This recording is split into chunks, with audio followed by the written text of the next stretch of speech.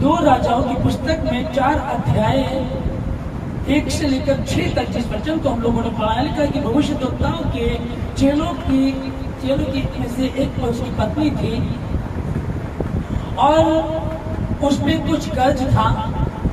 उसका पति मर गया और साहूकार आकर के इनसे पैसे मांगता अपना। ये कहता कि नहीं तो फिर मैं तेरे बेटों को ले जाऊंगा ताकि मजदूरी करे और फिर कर्ज को उतारे। ये बड़ी परेशान होती है, फिर ये बोलती, इसको एलिशा से बात करती है। एलिशा कहता है, एलिशा नबी कहता है कि मैं तेरे लिए क्या करूं। फिर पूछता है कि तेरे पास क्या है। वो कहती है तेरी दासी के पास एक हांडी तेल को छोड़कर और कुछ भी नहीं है। तब एलिशा नबी इसको बोलता है, तू ऐसा कर, अपनी पड़ोसियों से जा और जाकर के बर्तन मांग ले उधार, और जो तेल तेरे पास हांडी में उसको उनमें उंडेलना शुरू करना। तब एक में भर जाएगा, उसको अलग करना, फिर दूसरे में, फिर तीसरे में, ऐसे भरते चली जाना। लेकिन ध्यान रखना कि बर्तन थोड़े ना हो। ओके, अब समझिएगा कि एक ऐसी बात एलिशा नबी ने इसको कही कि पड़ोसियों में जाकर बर्तन मांग करके लेकर गया। तो इसका मतलब इसको ये तो समझ में आ गया कि नबी ने कहा कि तेल बढ़ता चला जाएगा, तो अब ये भी है कि बर्तन बड़ा होना चाहिए, बर्तन ज्यादा होना चाहिए। और नबी ने बोला कि बर्तन थोड़े ना हो, ज्यादा होने चाहिए। अब ये रोज आकर के साहूकार इनके घर पर कहता है मेरा कर्जा अदा करो, मेरा कर्ज चुकाओ, और खाने को इनके घर में कुछ नहीं है और आसपास के लोगों को सबको पता चल गया इसके पास कुछ भी नहीं है। लेकिन उसके बाद समझिएगा, अगर ये जाएगी और कहे लोगों को सुनो मुझे भगोना दे दो या 2 दे दो। अब कौन सा भगोना चाहिए, 2 किलो वाला, 5 किलो वाला, 10 किलो वाला।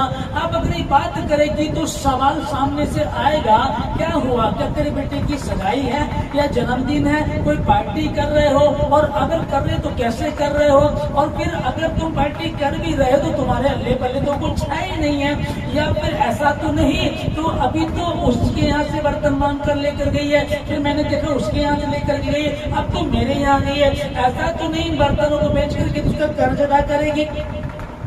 नबी ने एक बात सामने रख दी कि तुझे बर्तन के मांग ले और कम ना हो, ज्यादा होनी चाहिए, तब ऐसा करना है। अभी ये एक बात सोच सकती थी एलिशा नबी, आप तो परमेश्वर के दास हैं, आप तो परमेश्वर के सेवक हैं, आपने ये कहा कि हांडी में तेल है और बर्तन मांग करके लिया, उसमें डाल देना, बर्तन में तेल आ जाएगा, उसको बेच करके अपना कर्ज अदा कर देना।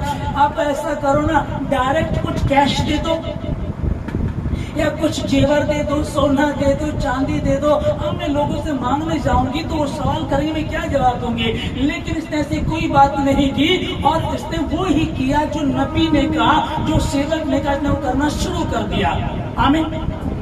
कई बार आज भी लोगों को, मसीहों को, जब प्रभु के दास कुछ कहते हैं तो उनको कई बार समझ में नहीं आता, कई बार समझ में भी आ जाए तो मानते नहीं है, कई बार उनके सवाल जवाब खड़े हो जाते हैं। ले मैं बर्तन मांगने जाऊंगा तो लोग सवाल नहीं करेंगे, बोला तेरे पे तो दुनिया भर का कर्ज हुआ है, तेरे बेटों को ले जाने के लिए साहूकार आया था और तू बोल रही है कि हमको बर्तन दे दे। अब मैं क्या बात करूंगी, समझ में नहीं आ रहा। और नबी ने बोला कि बर्तन थोड़े नहीं होने चाहिए, ज्यादा होने चाहिए। अब और जगह में भी जाना पड़ेगा।